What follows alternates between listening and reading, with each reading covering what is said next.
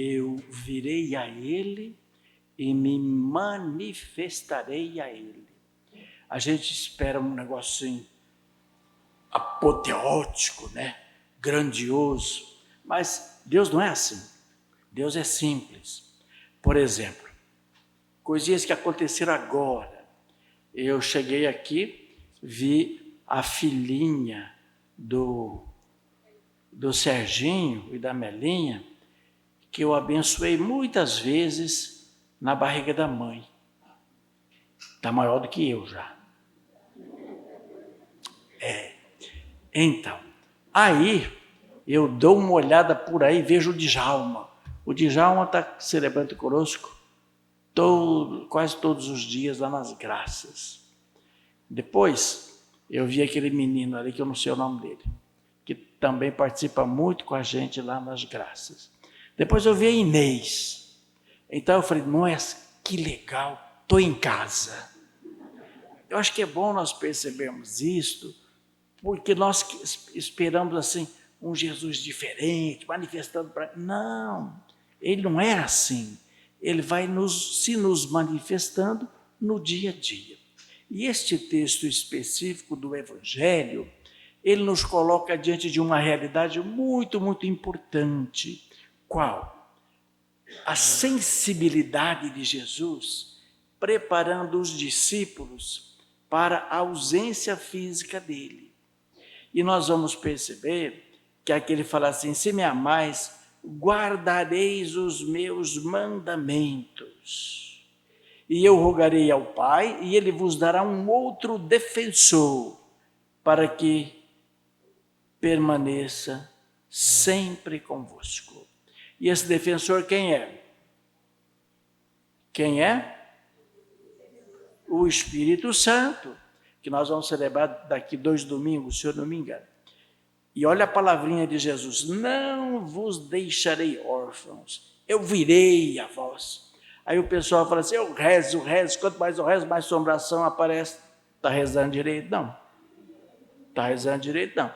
Porque para quem reza de verdade, as coisas vão acontecendo. Não quer dizer ausência de problema, de sofrimento, de dor, de desafio, não. Mas se a gente reza direito, assombração não aparece, não. E é bom nós observarmos isto, porque o Senhor, eu virei a vós, eu estarei convosco todos os dias até o fim dos tempos. E nós às vezes falamos assim, ô Deus, onde é que você está? Eu estou numa aflição danada, você não aparece? Ele não vai aparecer, não. Por quê? Porque ele já está dentro de nós, no nosso coração, através dos sacramentos que nós já celebramos, batismo, crisma, principalmente da Eucaristia. E é aí que nós temos que perceber que as pessoas pensam que os discípulos eram super apóstolos. Nada, gente ruinzinha como a gente mesmo. Isso mesmo, vamos dar alguns exemplos. Judas o traiu. Pedro negou. E se a gente pegar as cartas de São João, nas cartas de São João, quase sempre os textos começam assim, filhinhos. A gente fala assim, nossa, paizão, né?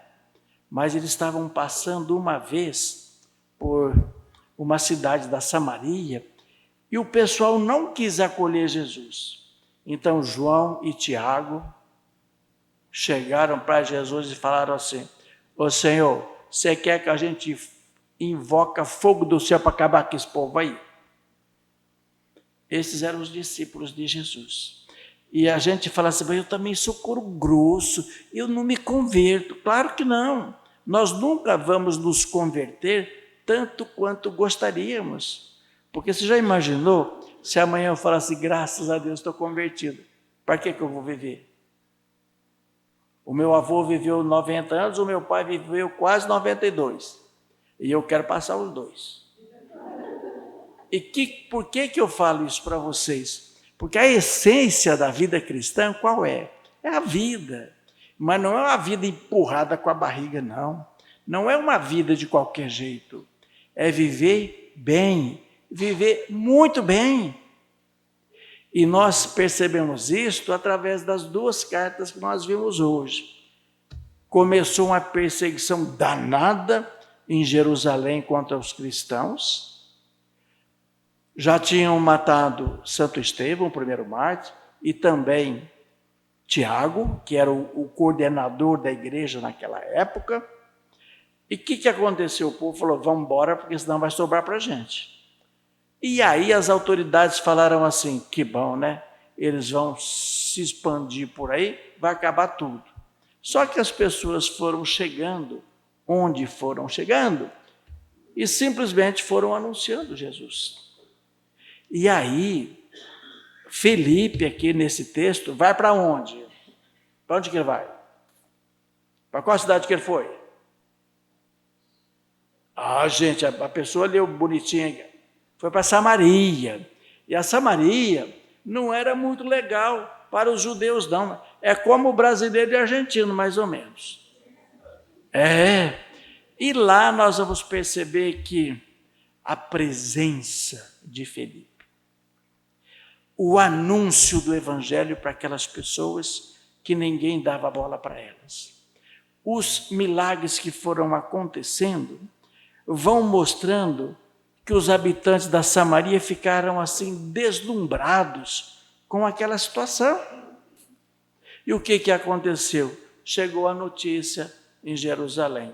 Então pegaram Pedro e João, vão lá ver para ver o que está acontecendo, para não deixar o povo solto. E aí o povo só tinha sido batizado. E mais uma vez nós vamos perceber que Pedro e João chegaram lá para quê? Para oferecer quem? Nada mais, nada menos do que o Espírito Santo. Estenderam a mão sobre eles e eles receberam o Espírito Santo. E a segunda leitura, essa carta de Pedro, vai dizer assim, santificai em vossos corações o Senhor Jesus, estais sempre prontos a dar razão da vossa esperança. E é muito sério isso, por quê? Porque se chega um irmão, é irmão, viu? Um irmão evangélico que fala assim, João 8,16. O católico já fica assim, esse cara é bom. Bota o rabinho no meio das pernas e vai embora. Gente, o importante não é saber de cor o evangelho. O importante é viver. Por quê? Porque os nossos irmãos que não sabem ler, eles vão ter condição de ler o evangelho. Então, eles não vão ser salvos. E tem muita gente por aí que é analfabeto de pai e mãe. E o que acontece com eles? Simplesmente, eles têm a unção desse Espírito que todos nós recebemos. E quando eles falam, ai que beleza, é só sabedoria. E eu diria, é a sabedoria de Deus. E são pessoas, eu nunca me esqueço de um lá na comunidade de São Francisco Xavier, um português desgraçado. Isso. E ele, num encontro dos ministros da Eucaristia, alguém fez uma pergunta. Lá na Capelinha, eu trabalhava na época na Capelinha, os padres acompanham vocês, dão formação para vocês? Ninguém falou nada, e ele falou assim, dão sim. E ele falou assim, lá tem o feio Dito, o feio Agostinho, o feio Laurindo. Em questão de beleza, ele acertou. Agora, esse homem, eram mais ou menos 400 ministros da diocese, lá em Brodowski. E foi a coisa mais interessante do mundo. Quem vai fazer homilia? Quem vai fazer homilia? Quem vai fazer homilia? E um senhor lá dessa comunidade falou assim, por que a gente não pede para o senhor Luiz fazer? Aí o pessoal falou assim, mas o senhor Luiz, o português, ele é danado. Mas ele fala com Deus e de Deus e com unção. Aí alguém foi espalhando essa notícia lá, E quem presidiu a celebração foi Dom Diógenes.